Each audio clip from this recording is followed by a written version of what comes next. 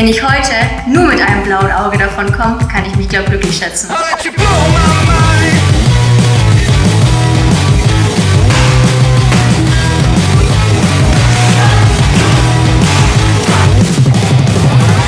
Beim Biken am Wochenende habe ich die Kathi kennengelernt. Da hat sie mir von ihrer richtig besonderen Leidenschaft erzählt.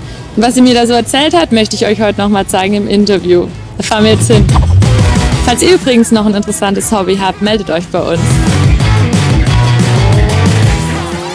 Voll cool, dass wir heute da sein können, Kathi. Möchtest du dich nochmal vorstellen unseren Zuschauern? Also ich bin die Katrin Herbele, ihr dürft mich ruhig Kathi nennen. Bin 24 Jahre alt und mache seit 6, fast 7 Jahren Kickboxen. Wo sind wir denn heute hier? Wir sind heute beim One Team Kampfsport Gym in Reutlingen. Aber zurück zu dir. Wie bist du zum Kickboxen überhaupt gekommen? Also damals war ich eigentlich auf der Suche nach einem Hobby. Ich wollte wieder irgendeinen Ausgleich haben und einfach einen Sport anfangen. Und habe dann am Anfang gar nicht so an Kampfsport oder an Kickboxen speziell gedacht. Ich wollte eigentlich Motocross fahren, aber wenn man da niemanden kennt, dann ist es schwierig, da irgendwie so einen Zugang zu finden. Da kann man halt nicht einfach so zum Probetraining mal vorbeispazieren. Und ich hatte dann einen Klassenkamerad, den Joni, der übrigens auch sehr erfolgreicher Sportler ist, der macht Capoeira. Und der wollte sich damals, ich glaube sogar für die WM in Brasilien vorbereiten. Wow. Und ja, ich krieg's nicht mehr ganz rekonstruiert. Auf jeden Fall hat er mich dann mitgenommen zum Training und ja, ich war eigentlich direkt begeistert und habe mich angemeldet und bin seither eigentlich jeden Tag dort ins Training gegangen. Cool. Und wie so ein Kickbox-Training aussieht, wird die Sarah jetzt für uns herausfinden.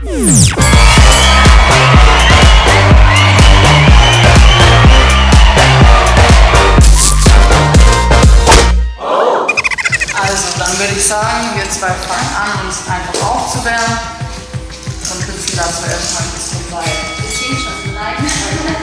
Ich habe zuletzt mit 7 gemacht oder so. Ich fühle mich jetzt schon so doof.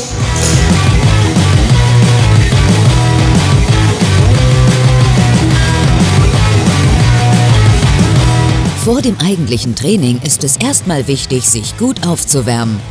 Seilspringen ist ein perfektes Ganzkörper-Workout und verbrennt viele Kalorien. Da kommt auch Sarah schnell ins Schwitzen. Dann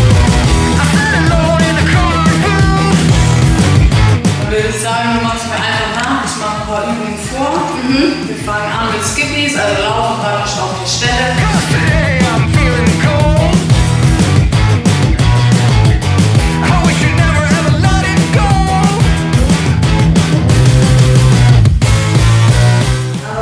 Fangen bei 0 an. Keine Sorge, wir fangen bei 0 an. Du bist Rechtshänderin? Ja. Dann ist dein linkes Bein vorne, das rechte Bein hinten. Hier lernt Sarah, wie wichtig Beinarbeit beim Kickboxen ist.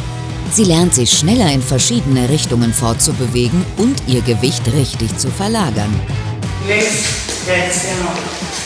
Braucht man fürs Kickboxen irgendwelche Voraussetzungen, die du zufällig mitgebracht hast? Also eigentlich kann jeder, auch mit jedem Alter, und ja, man braucht eigentlich keine speziellen Voraussetzungen, die man mitbringen muss. Sehr cool. Nee. Würdest du sagen, das ist eher Ausdauer oder eher Kraftsport? Kraftausdauer.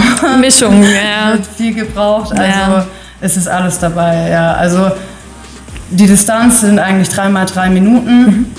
Und ja, es ist schon eine sehr intensive Sportart von der Belastung her, also es wird von vielen unterschätzt. Wie kam es dazu? Hast du entschieden, dass du an dem Wettkampf teilnehmen möchtest oder hat dich dein Trainer angesprochen darauf?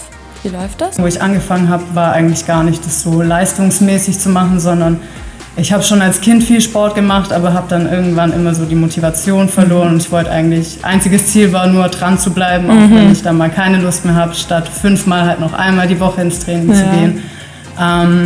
Aber mir war dann relativ schnell klar, dass ich auf jeden Fall mindestens einmal kämpfen möchte, um einfach die Erfahrung gemacht zu haben, im Ring zu stehen. Wenn du Halbkreisfuß zum Körper machst, die gibt es als Slow Kick. Kathi hat es vorgemacht. Jetzt liegt es an Sarah, das eben Gelernte umzusetzen. Die Energie zum Kick kommt vom Boden über die Hüfte zum Bein, mit dem sie gegen den Boxsack tritt. Das bestimmt die Schlagkraft. Ob ihr das gelingt? Das sieht so easy aus, aber hör mal dein Geräusch. Hör mal bei mir. Ich will einen, der so geil klingt wie bei dir. Das können wir im Zweifel schneiden. Ich kann ihn auch mal halten, mal kannst du so fest. Das liegt ja nicht an dem Sack, es liegt an mir. Oh, das ist echt hart. Also A, habe ich es noch nie gemacht, auch wie für Anfänger. Und warum bandagieren, wenn man die Handschuhe anhält? Ja, aber du wirst nachher merken, also der Handschuh es stabilisiert einfach dein Handgelenk. Wenn du mal umknickst oder so, das tut echt weh und du schützt auch deine Knöchelchen. Du schützt praktisch deine Waffen. Okay, also man braucht es noch zusätzlich. Ja, genau.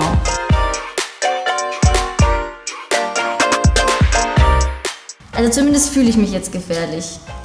Kickboxerinnen gibt es ja wahrscheinlich nicht so viele, jedenfalls kenne ich kaum welche. Wie fühlt sich das an in so einer, ich sag mal, Männerdomäne? Ja, also ich bin es eigentlich gewohnt.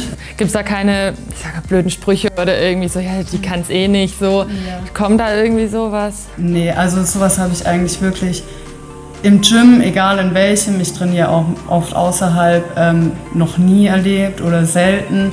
Nee, eigentlich wirklich noch nie. Das kommt dann eher von Leuten, die gar nichts mit Kampfsport zu tun haben, die einen dann halt nicht so richtig ernst nehmen. Also mir hat das nie was ausgemacht, irgendwie die einzige Frau zu sein oder eine von wenigen. Es gibt aber auch schon viele Frauen, die sich einfach nicht so wohlfühlen, wenn sie da alleine mit so vielen Männern trainieren. Wir bieten auch extra Training für Frauen an. Also das mache unter anderem dann auch ich, von Frau zu Frauen. Ah, cool. Wie sieht dein Training aus? Also wie oft pro Woche trainierst du? Wie lange? Was steht dann an in den Trainingseinheiten? Ja, also ich versuche eigentlich so einen Tag Pause in der Woche einzulegen. Ich mache das oft nach Gefühl, wann ich halt Regeneration brauche und wann nicht. Und je nachdem auch, was bei mir sonst so im Leben gerade ansteht. Ich kann leider nicht nur Kickboxen, ich muss auch arbeiten und ich studiere auch noch. Ja, also wenn es möglich ist, trainiere ich auch zweimal am Tag, mache dann morgens eine Einheit und abends eine Einheit. Wir machen uns meistens gemeinsam warm, machen dann auch irgendwie koordinativ, das baut man eher am Anfang ein, was genau, Koordinationsleiter oder Schulterklopfen oder sowas.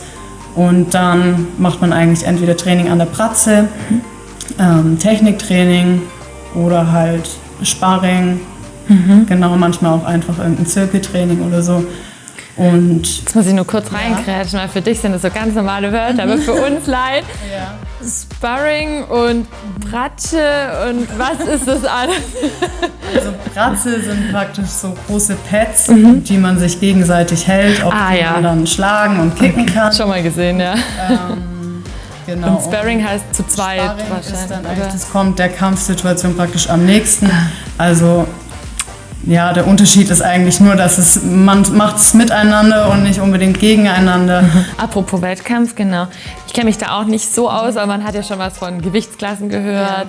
Ja. Und wie sind da allgemein die Einteilung? Also du wirst wahrscheinlich nach Gewicht und nach Geschlecht eingeteilt und dann freie Wahl des Gegners, oder wie läuft das? Ja, also nach Geschlecht wird eingeteilt. Ich muss nicht gegen Männer kämpfen und nach Gewichtsklassen. Die Abstände sind immer so 3 Kilo ungefähr von den Gewichtsklassen. Je höher es geht, desto größer werden natürlich auch die Abstände.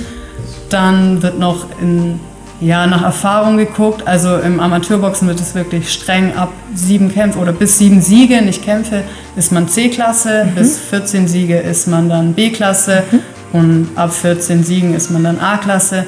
Und im Kickboxen, da ist die Einteilung, letztendlich entscheidet eigentlich der Trainer, was man kämpft. Da wird dann halt auch geguckt, dass die Bilanzen ungefähr stimmen und einfach vom Niveau her, dass es keine Mismatches gibt. Also dass man da jetzt nicht, dass man schon sich auf Augenhöhe ungefähr begegnet und ja. Okay, dann einmal bitte die Grundstellung einnehmen.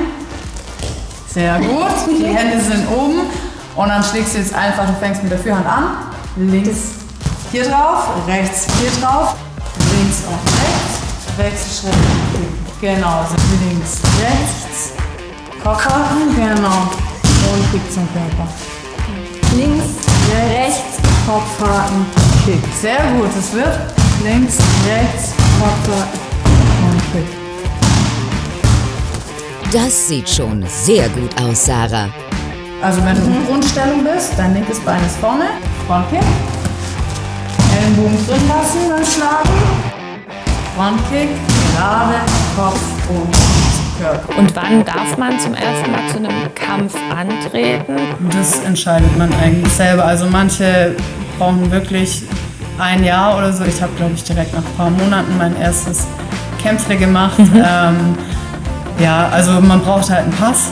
Okay. Genau, da muss man sich dann anmelden, den bekommt man aber echt schnell. Und genau, da wird dann halt eingetragen deine persönlichen Daten, dann werden die Kämpfe immer eingetragen, ob du gewonnen, ob du verloren hast, sodass man dann auch bei der Bilanz nicht schummelt. Okay. Ein ärztliches Attest. Und beim Boxen braucht man als Frau noch einen negativen Schwangerschaftstest. Wie viele Kämpfe und Siege stehen denn in deinem Pass drin, wenn ich fragen darf? Also bis jetzt bin ich noch ungeschlagen. Okay, im cool. Kickboxen. Ich habe so Gala-Veranstaltungen, Kämpfe habe ich mittlerweile 7. Und wenn ich so Turnierkämpfe mitzähle, dann bin ich bei 11. Was ist es dein Ziel für die nächsten Wettkämpfe oder der große Wettkampf, der ja auch demnächst ansteht? Ja, gewinnen. Auf jeden Fall. Also ja, ich möchte auf jeden Fall in absehbarer Zeit auch mein A-Klasse, mein Profidebüt gern geben. Und genau, ich möchte dieses Jahr noch so ein bisschen ausloten, wo es hingehen soll. Also Ende des Jahres steht auch noch die deutsche Meisterschaft an im Amateurboxen. Und genau, wenn ich mir da jetzt in absehbarer Zeit keinen Platz in der Nationalmannschaft oder wenigstens im Bundeskader oder so sicher, dann werde ich das Amateurboxen, glaube ich, eher an den Nagel hängen und mich fürs Kickboxen entscheiden. Ja, dass ich da einfach meinen Fokus und meine Energie nur in eine Sache reinstecke. Wechselschritt und ziehst das Knie, gestochenes Knie, du kannst ruhig wieder auf die Zehenspitzen gehen. Die Arbeit mit Pratzen steigert die Koordination sowie Reaktionsfähigkeit. Mit Kathi als erfahrene Trainingspartnerin wird Sarah den neuen Bewegungsablauf schnell beherrschen.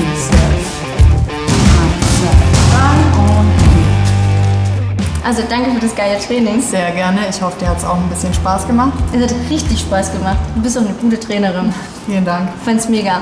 Wenn es euch auch gefallen hat, liked, abonniert, dass ihr keine weiteren Videos verpasst und vor allem schreibt mal in die Kommentare, wie ihr meine Performance heute fandet.